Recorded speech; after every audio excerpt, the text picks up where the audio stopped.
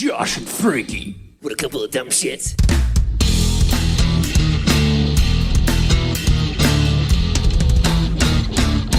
Hello, Primates! You found Primus tracks. Congratulations! There are so many places to find us beyond the podcast.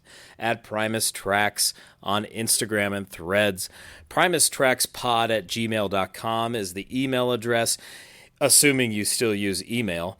And there is a Facebook page run by one of the co-hosts of Primus Tracks. I am Josh. I do not run the Facebook page, but he does from his perch at Primus Tracks Towers. It's Frankie.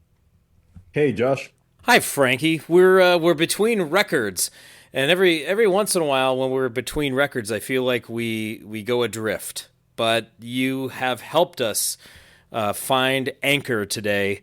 Not to date the podcast too much, but it's the summer of 2024. Primus is on tour. They're playing some tunes they haven't played in years, decades even. And I think it's appropriate that you chose, Frankie, an LSD, a Legendary Show Dissection, that is, in which we are going to discuss a show from the Hallucinogenetics tour of 2004. So 20 years ago, Primus was on the road playing Frizzle Fry in its entirety, and as well as a whole bunch of other tunes in an evening with format, which spanned 2.5 hours to 3 hours, depending on the night and the venue. These are gigs that, Frankie, I think have gone down as among their best. Absolutely, Josh. And this is quite late into the hallucinogenetics portion of the tour. They were almost done by this time. I just looked up the Orpheum Theater in Minneapolis, and it looks absolutely gorgeous. I can't imagine how incredible it must have been to witness this concert firsthand 20 years ago. Why did we pick this particular show? Well, as you will hear in the samples, it is not as aggressive as Seahawks, but it is quite compelling. They were firing on all cylinders that night. The renditions are absolutely jaw-dropping. But what makes this particular show stand out the most is that, as far as I'm aware, it's the only time 6 songs have been performed back-to-back on the rainbow bass. We know that that bass comes out for a couple of songs, but 6 songs in a row? I don't think that happened before or since Minneapolis 2004. If you're wondering what that biblical proportion event was like, the 6 songs ran as follows: The Carpenter and the Dainty Bride, The Old Diamondback Sturgeon, Fish On, Mary the Ice Cube, Jerry Was a Race Car Driver, My Name is Mud.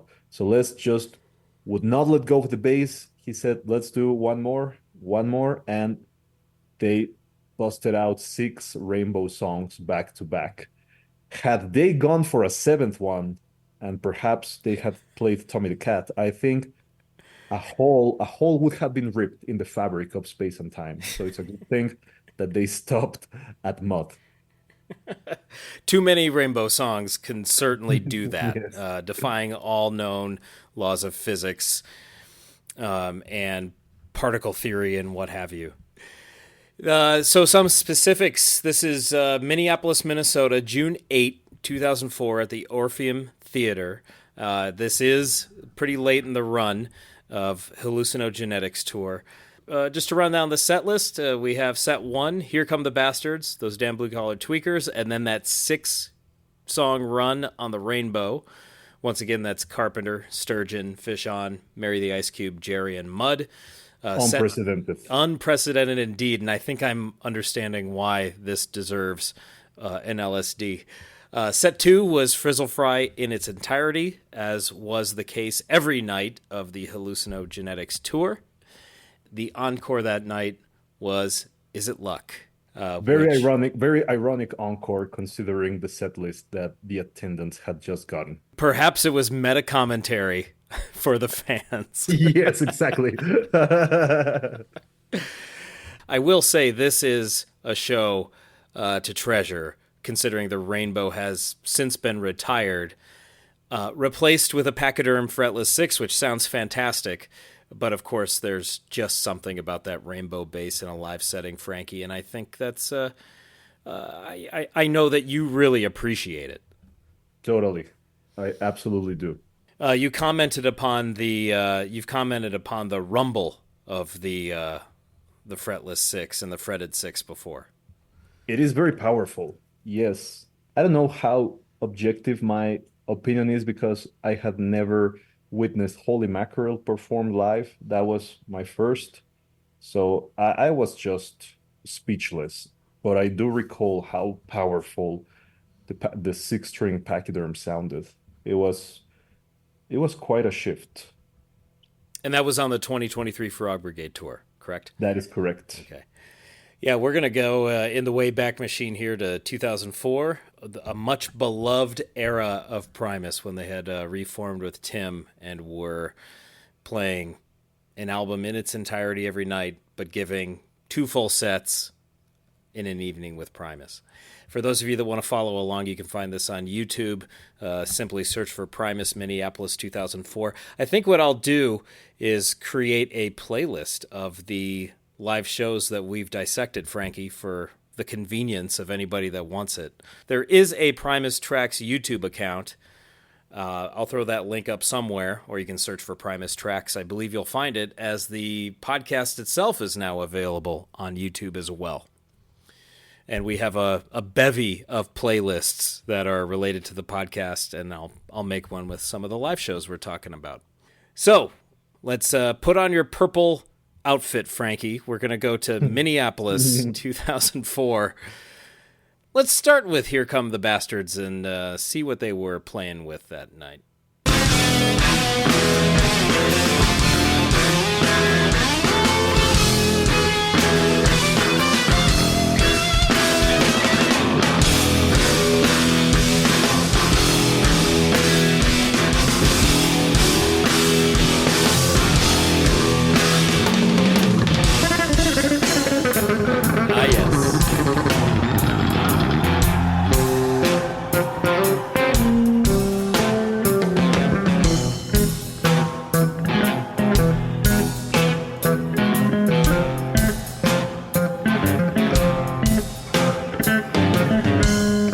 Everybody loves the post-Bastards guitar solo bass noodling, I think. That's always fun.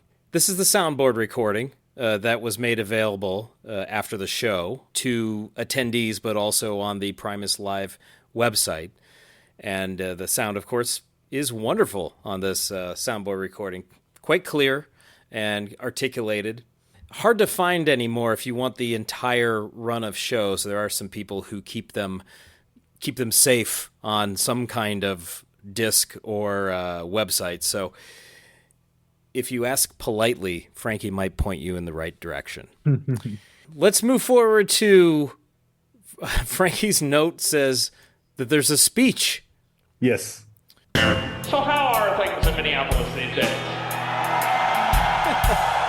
Is it a wondrous place to live? Is it the greatest place on the planet to live? Yes or no? I'm curious because I'm thinking of relocating. Minneapolis is somewhere on the list. I'm trying to decide should it be higher on the list or lower on the list of places to go. Now, have you been here all your lives? So you're really nestled into the zone, eh? You ever wander down the street and see the artist formerly known as Prince, who is now known as Prince again, cruising down the highway in some sort of purple mobile? Does that ever happen to you? Yes, no, maybe? Maybe. See, where I live, the Grateful Dead guys live. And I guess that's just as exciting as a purple guy running around. I'm not quite sure. I haven't figured it out yet. Hello? I'm trying to speak to you folks. Trying to establish a rapport. Myself and Minneapolis. A bond must be made this evening.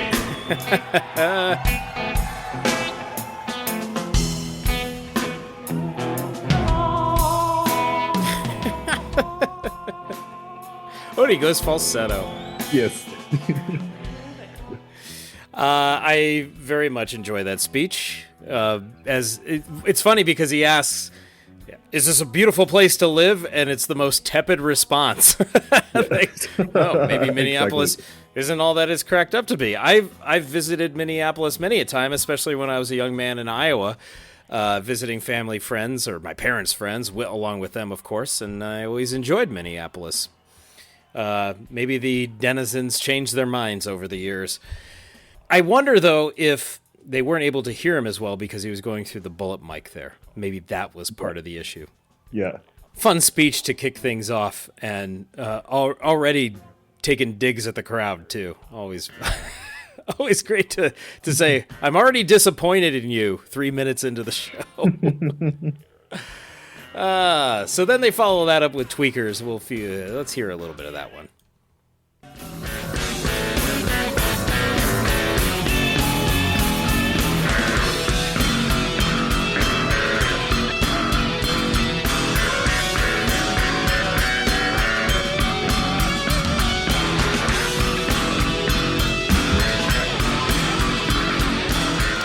Now, of course, these cheese tunes, Frankie, were dialed in because in 2003... They had been playing cheese in its entirety. Yeah. In Not 3 and Not 4, they'd been playing cheese every night on the Tour de Fromage. Exactly. So these tunes are dialed right in. Let's move forward a little bit and hear check out the bass solo.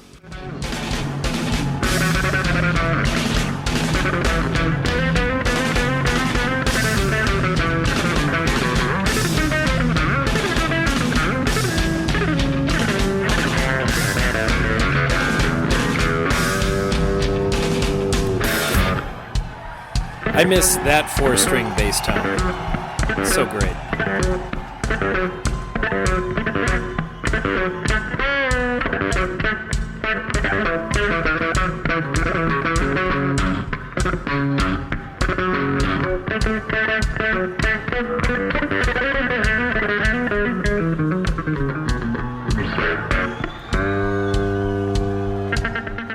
Yes, sir. Now, your next note is actually, it's coming up 30 seconds or so later in the time codes, and you simply label it Canada. Yes. Let's find out. Why do you have a shirt on that says Canada? Can't hear a word you're saying.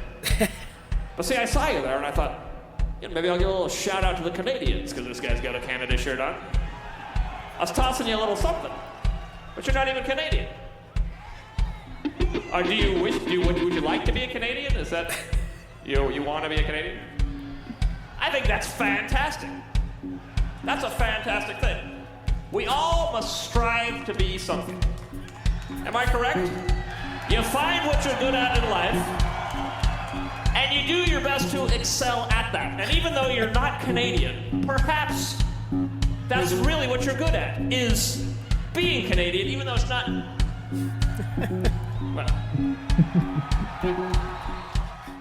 Les is pretty talkative tonight in Minneapolis. Yes. and he just shuts himself down and says, well, and he goes back into the tune. So we're off to a fun start in Minneapolis. Crowd, I think, is finally starting to wake up, and Les is having fun with them. And then we begin our 6-song run on the Rainbow Bass with possibly Frankie's favorite Primus song of all time.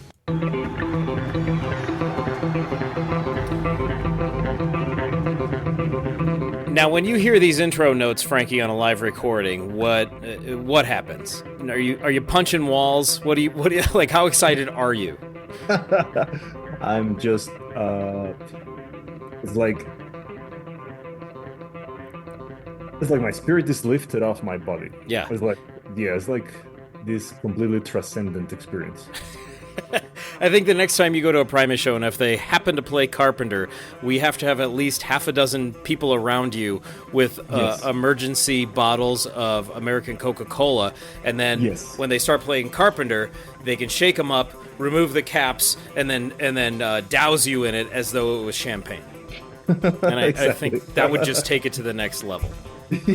Yes. All right, let's hear a little bit of Carpenter here.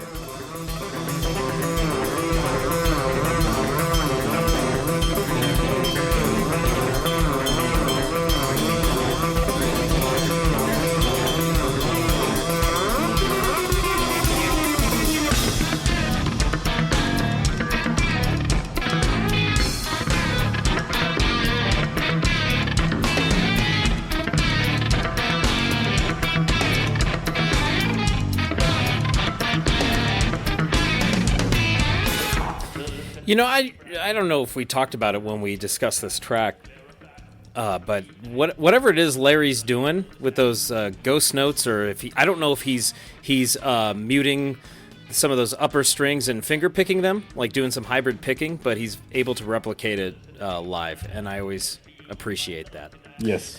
It sounds great. Let's move forward to the bridge, which I imagine is the bridge of the song and not a bridge in Minneapolis or St. Paul. Ooh,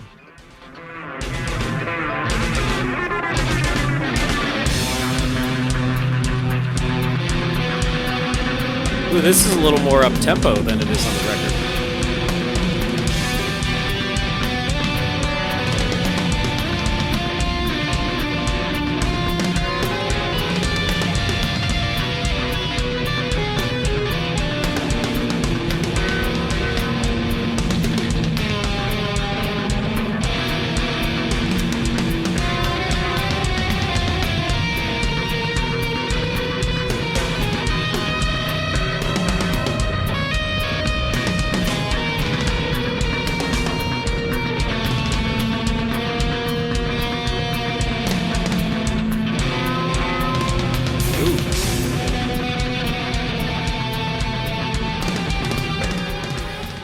Tim's bringing it back there.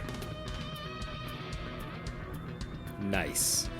I just talked over one of his better fills there, too. Oops! You're just going to have to go listen to it yourselves, guys. Let's move forward to the big catharsis of Carpenter. If you're watching on Patreon video, Frankie's about to go wild.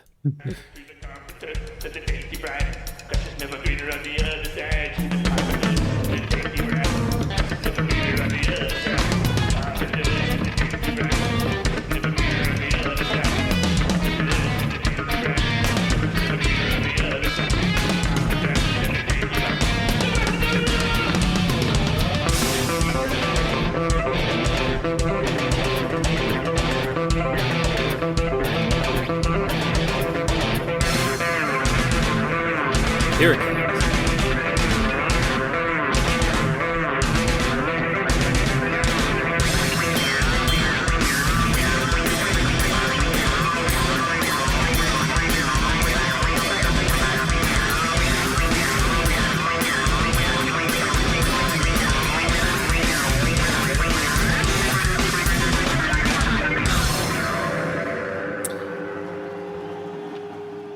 You know, I heard the envelope filter, Frankie, and it didn't upset me that much.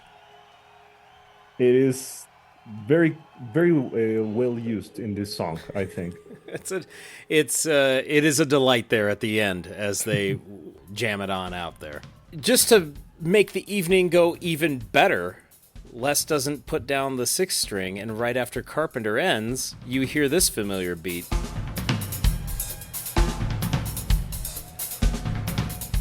And if you're a hardcore Primus fan, you know that something good is about to appear on stage. And it's really great that this one has Sturgeon on it, because Sturgeon is one of the surprises of this 2024 tour, Frankie. It's really great that it's only surfacing from under the water, to continue that metaphor, every once in a while. And I do consider myself lucky to have gotten it in 2022. On the fretted six, no less, which was quite a surprise. Let's hear some guitar work on Sturgeon, shall we? Yes.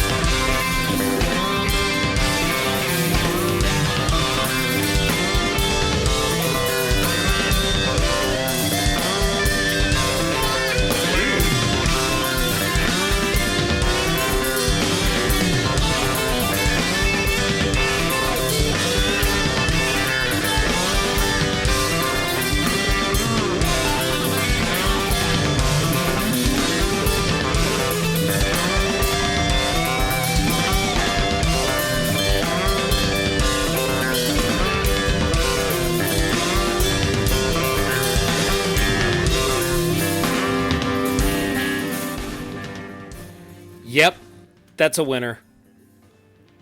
Larry was doing some good stuff there. I don't know if he was channeling his Jerry Garcia, inner Larry Garcia or something like that, but that sounded great. That was beautiful. And you got to bear in mind that no two performances of these songs were ever the same during the tour. Yeah, the room for improvisation, of course, is massive on these tunes, and that extended solo there is quite nice. I can't honestly sit here and say I've heard them all, but I know a good one when I hear it, and that one qualifies for sure. So they play a really nice old Diamondback Sturgeon, and then Les once again says, let's go into this number that also uses the rainbow bass.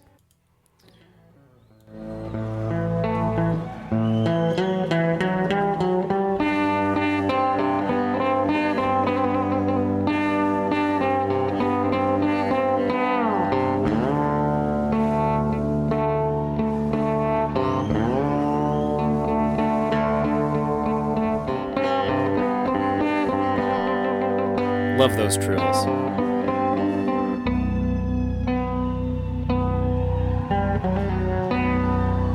At this point, the crowd is realizing what's happening.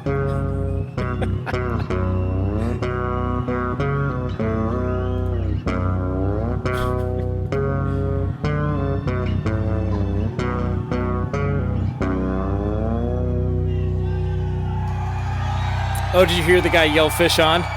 Yeah.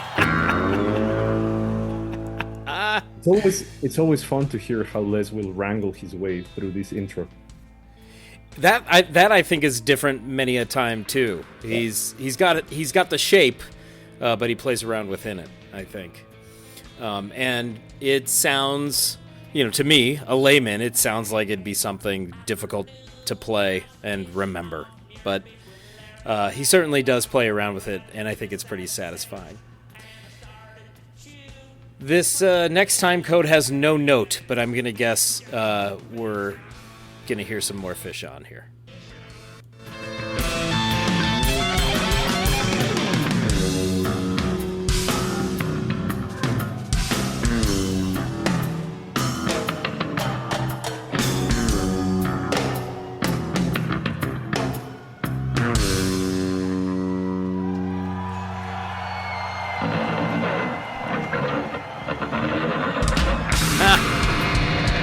Mimicking the fishing rod.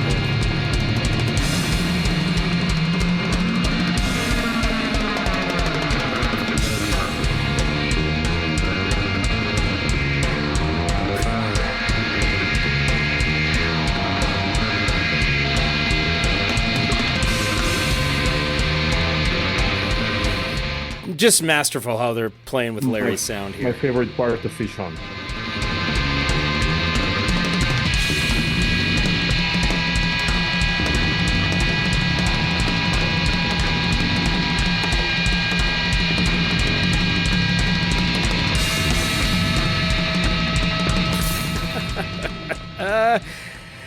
Man, Tim does some great work back there too. I know he says the intro fill to Southbound Pachyderm is a pain, but I wonder if Fish On, just because of the longevity of it, or the as long as it goes, I should say, where he's doing these rolls, I wonder if that's a pain as well. I don't know. So we get what sounded like a killer Fish On here, and are they done with the 6-string bass yet, Frankie? Not yet. Man, well, let's see what they have up their sleeves next.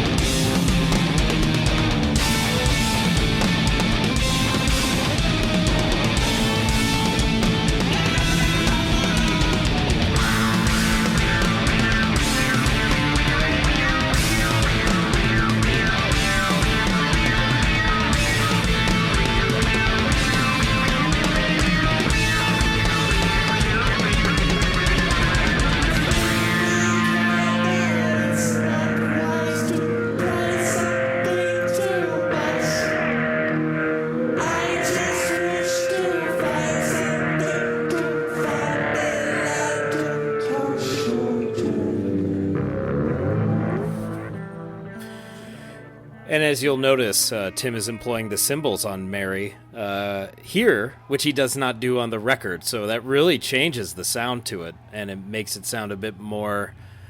I think on the record it's a bit more sinister. This is a little more straightforward rock and roll, almost. Yes. With that cymbal pattern that he employs. But that was, what was that, number 4? Song number 4 with the rainbow in a row. So the good people of Minneapolis are having a great time as they've gotten 4 rainbow songs in a row. 2 of them are off the Animals EP, so really fresh songs that they're just rocking out. And then they get a familiar hit here. So let's hear a portion of good old Jerry. 22 years old, one too many combats one night, wrap yourself right down a telephone pole.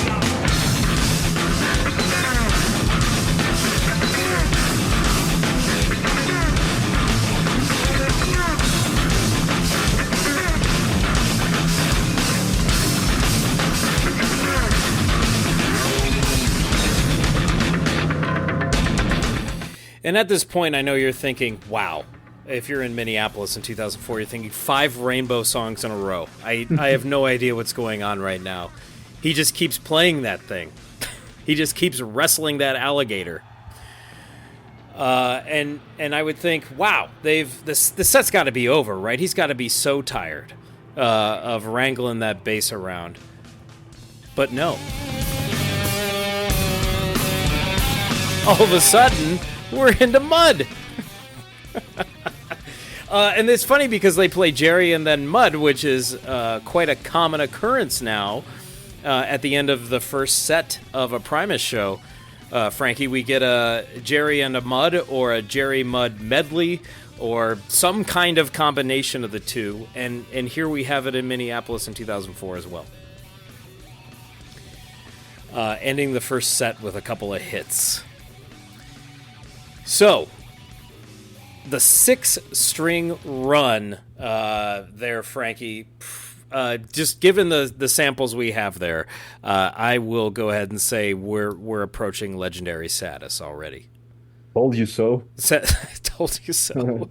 Set 1 is over, and I'm already sold. You've found another legendary show that the good primates should check out.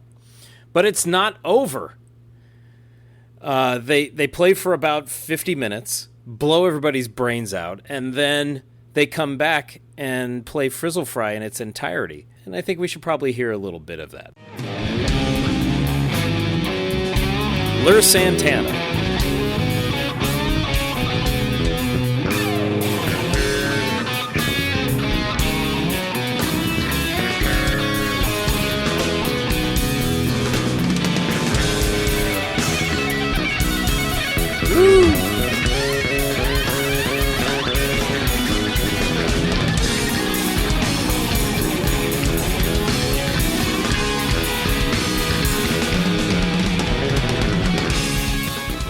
Lure Santana turned into Lure Van Halen for a second there, by the way. What did you think about Lure's guitar? The sound is awesome. That's the PRS sound, and it is wonderful. And I always love listening to these soundboard recordings, in part for the guitar sound he had achieved for the 2 tours. Let's hear a little bit more, why not?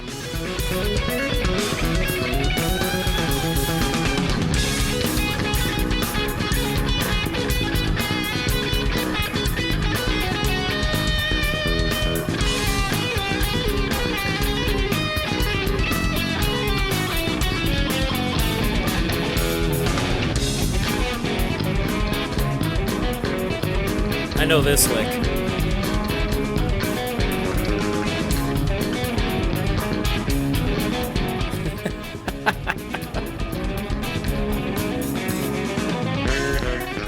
So Lure busts out that lick every once in a while, and I love it when he does. It's really fun, very dancey.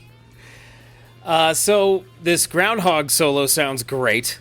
And then your next note, Frankie, that we should listen to here, you just labeled it Flash. Do you recall this? Yes, Okay. you're going to hear another speech. Okay, I thought maybe it was about a DC Comics superhero who runs really fast, but that's not it. All right, let's go forward. Let's flash forward then to that.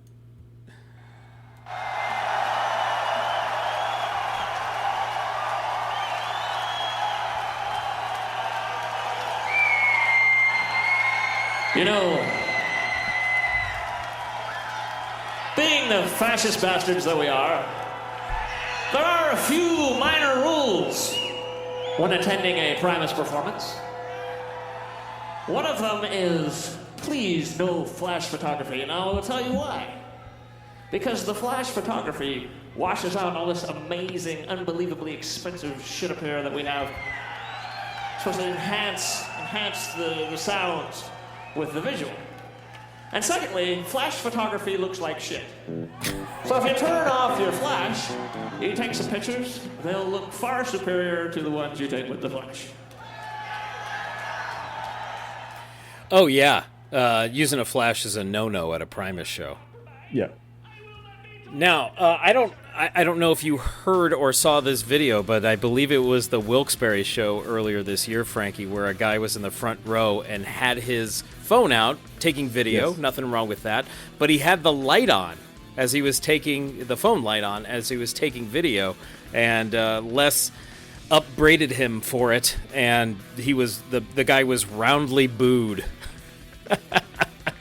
by the 1,500 people or so in attendance. So. Don't leave the flash, leave the light off, guys. You'll be fine. You'll get sweet pictures.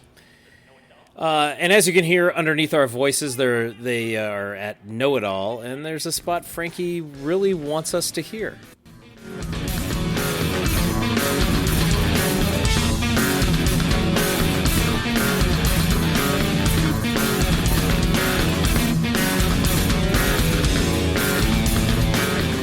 Oh, it's my favorite part, too.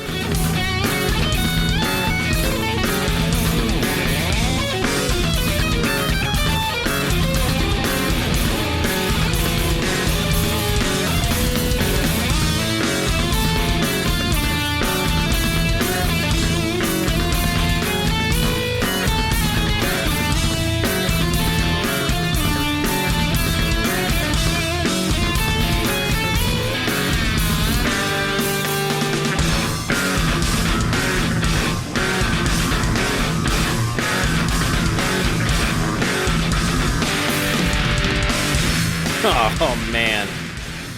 Now we're talking.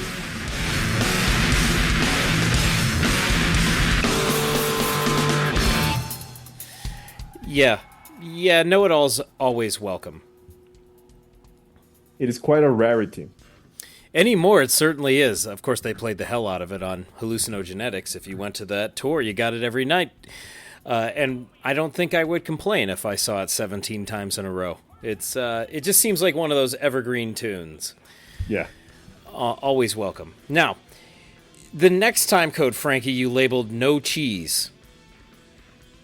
Let's go. I just have to know what that is. I realize it's extremely clever to do so, but please do not throw hunks of cheese up onto the stage.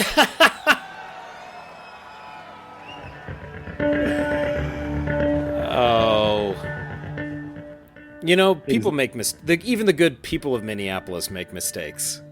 The cheese was not welcome anymore because they were done with that. That's right. We already played cheese, guys. That was last tour. Throw frying pans this time.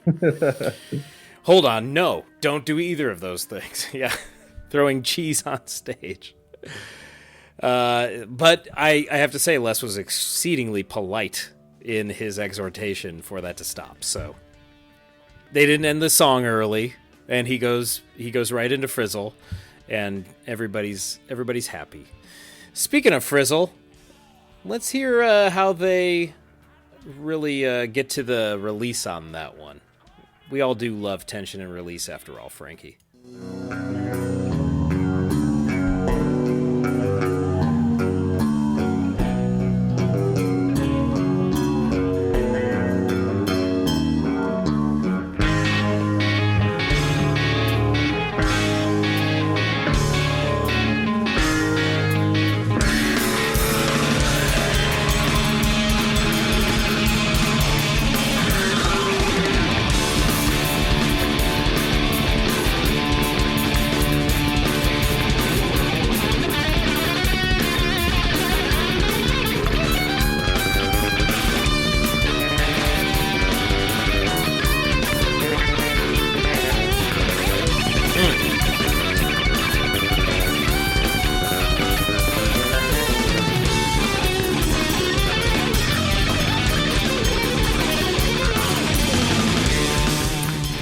And as you recall, Frankie, our good pal Lewis, I believe it was telling us way back when we had him on to talk about the Frizzle Fry track that it's just Les is just sitting on that note, and it allows him plenty of room to improvise, as he did on the record, but also as he does in that live setting. So what he's doing underneath that solo is going to be different every night as well. And sometimes he gets a little more esoteric with it, and some nights he's a little more heavy with it. And it's one of the most cathartic things you can witness at a Primus show. Absolutely. When they bring out Frizzle, I think that's a crowd favorite. It would probably be in a lot of people's top 10, if not top 15, definitely top 10, I think, as far as a tune they would want to hear at a Primus show. Let's hear how they treat good old John the Fisherman here.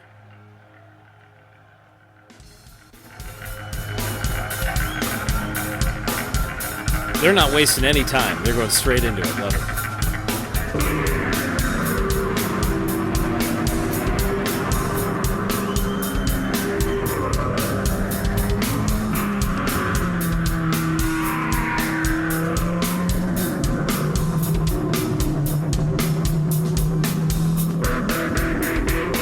There's your poetry and prose.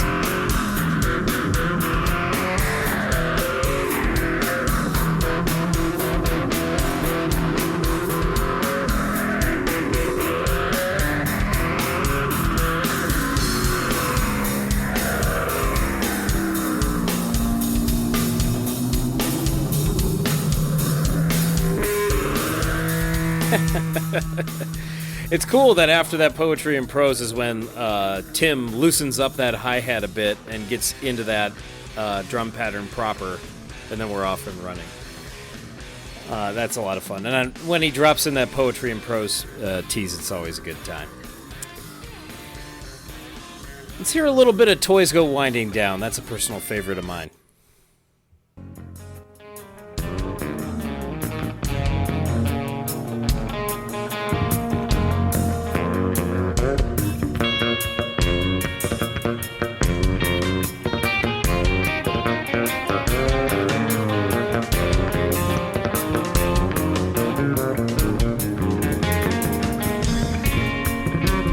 Really embracing the dub here, Frankie.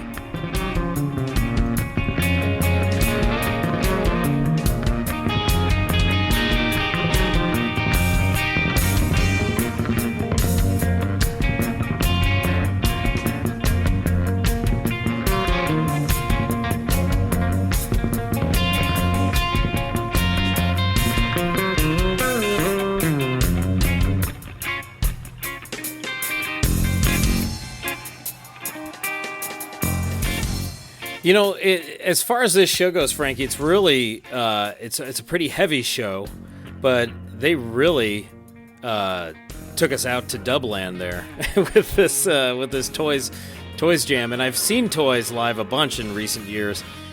I don't know if they've gone that far out with it. That sounds great. Love a little surprise dub in the middle of a big rock show. A little bit more spacey. Are you a dub guy, Frankie? Do you listen to any dub or reggae or anything like that, like at all? No, but I like what Primus does with it.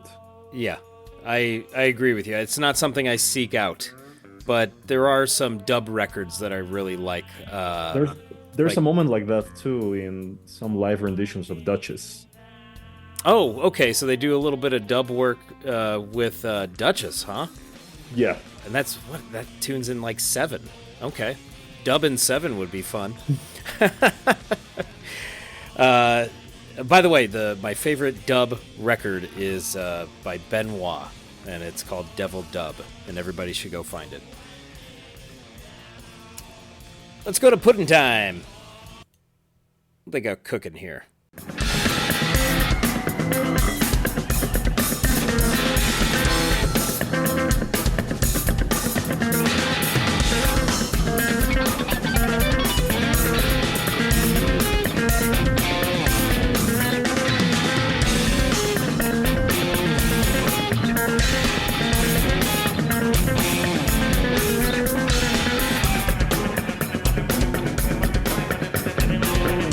Let's go.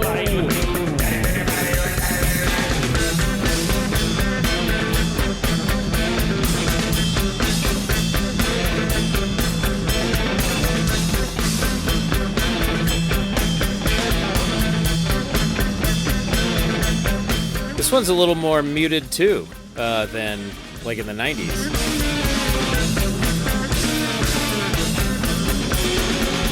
Yeah.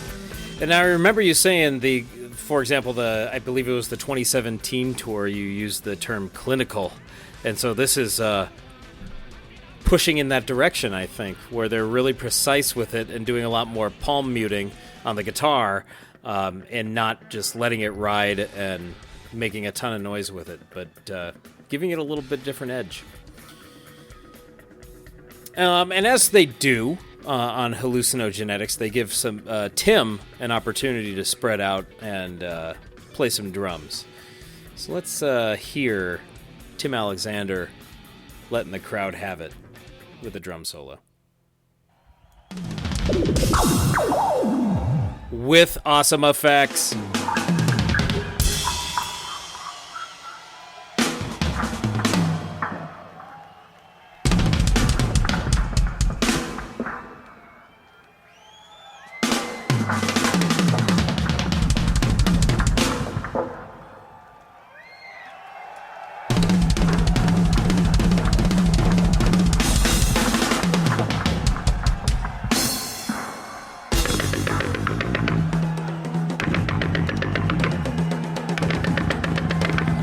Sounds like a whamola coming in, Frankie.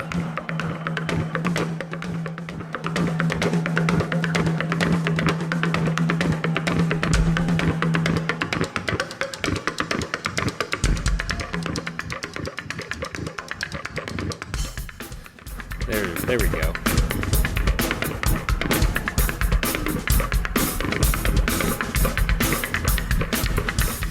So these drum and whamola jams over the course of those tours were a great time for experimentation and just goofing around and finding some sounds. And it sounds like they've got something here. I'm going to push forward to the other time code there.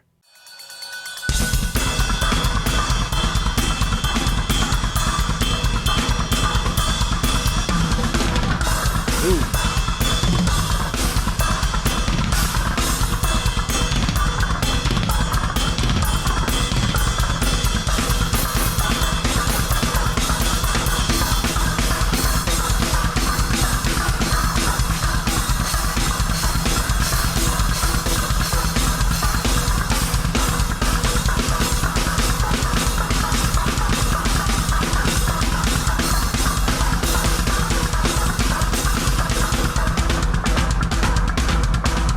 Mother of God, Frankie. Frankie, do you know what a rage room is? What is that? Rage rooms are becoming more popular in the United States. They are rooms in which you can go into and vent your rage by breaking things. They provide you things to break and things to break them with. And when I hear that kind of Tim Alexander drum solo, I think this guy could get a high score in a rage room. You know, I'm not, like just the way that he just surgically nails that stuff on the drum kit. I think he could break some shit. And I love that after 20 years, Perf cleared up the mystery about the beats for us. Oh yeah, he had the pad with the triggers or Yes. something, right? Yeah. I was reminded of that when I heard those sounds on the drum solo, right? Let's move forward to good old Harold.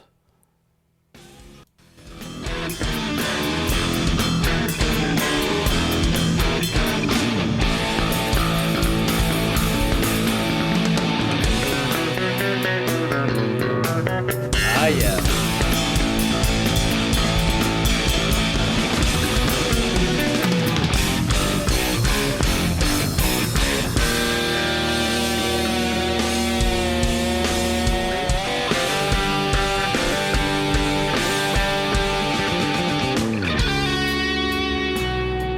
That release is always satisfying with Harold. And then Larry gets to spread it out.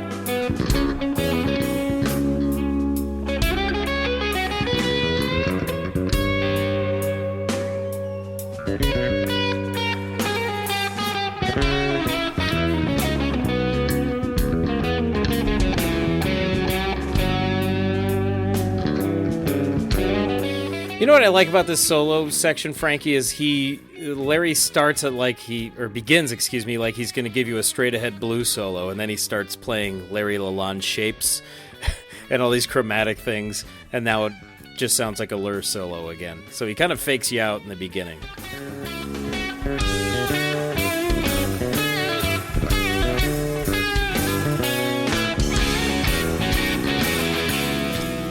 Ah, yeah.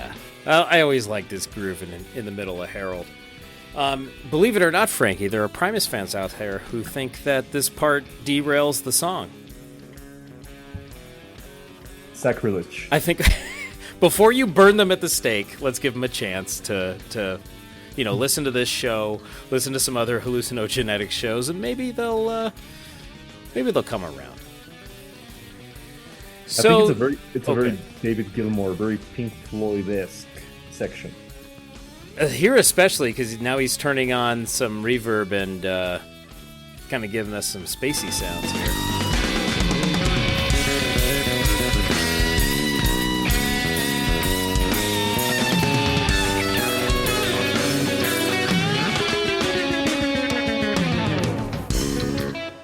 There's your call down. Yeah, this is a nice Harold rendition that we're hearing here. So they wrap up Frizzle Fry, and then they come out for the encore, and you think, how could they possibly top themselves? They've done 6 rainbow tunes in a row. They've ripped through Frizzle Fry. Tim Alexander gave everybody a wonderful drum solo, and they pull out good old Is It Luck? What a guitar part. Jeez. Yeah, maybe I'll let this play a little.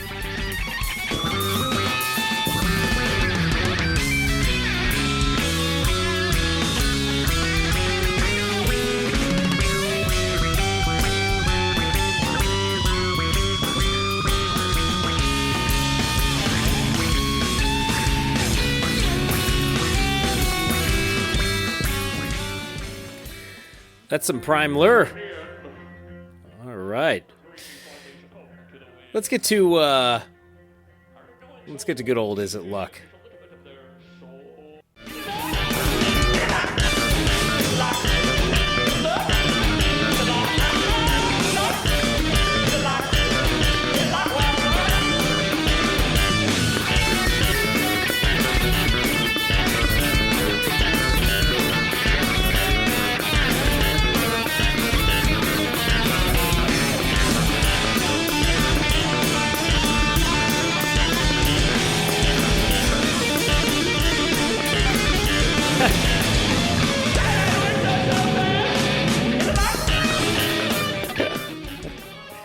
Tell you what, if you get an Is It Luck anymore, you are lucky.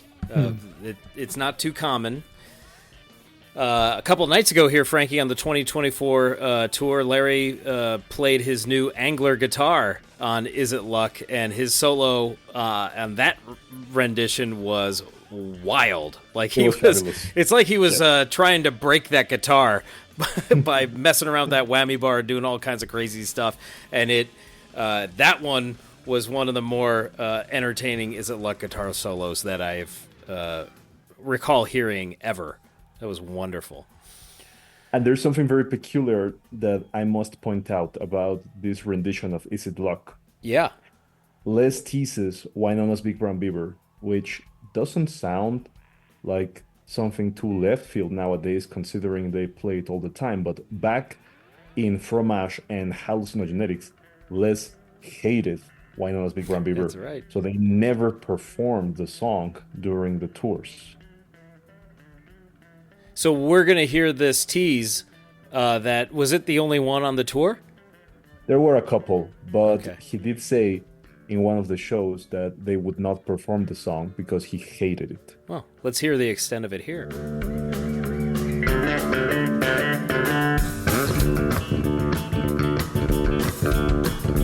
That's familiar. Why don't you yourself, Big Brown Beaver, and show off all friends? One day you know that you come to so you don't sign no fence. I love to do with the old battles and recognize that smell. Some layers, I'd be restock there.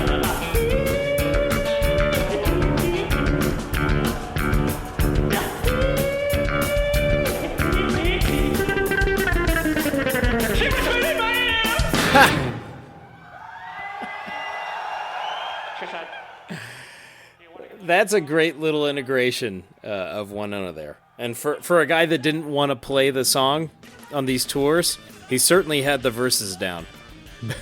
His delivery was on point, knew the lyrics. And they end with this blast to Visit Luck here.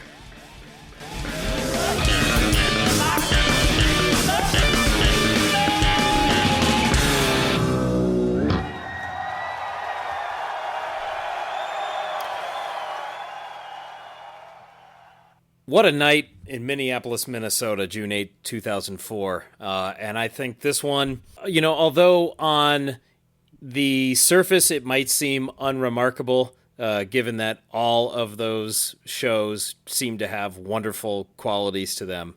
You have your 6 rainbow tunes in a row. You get a sneaky Winona tease.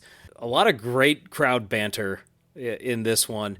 To me, it certainly deserves an LSD, and I would call this a top-tier hallucinogenetics cut. Absolutely. And if you see a purple car driving around in Minneapolis, notify less. Let them know.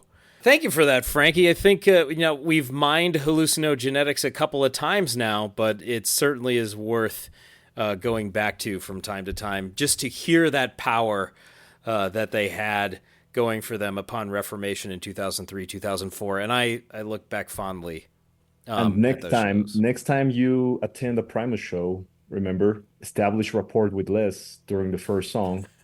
Don't let him just go on and on without replying to his questions. Do not throw cheese on stage. Do not use the flash. Yeah.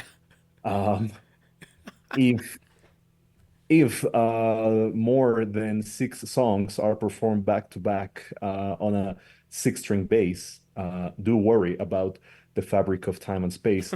And if they perform Is It Luck, it might very well be a meta comment about the show.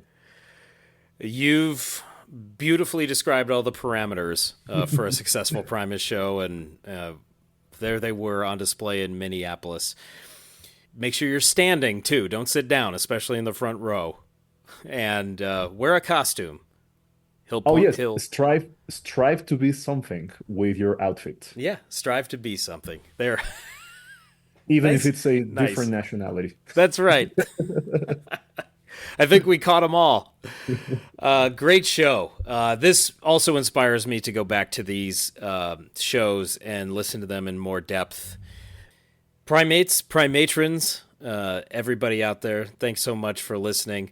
Go check out these shows. I'll have a YouTube playlist with the shows that we've already discussed, and I'll add to it over time as we do more LSD. That's not what it sounds like. Later days. Willie Mays.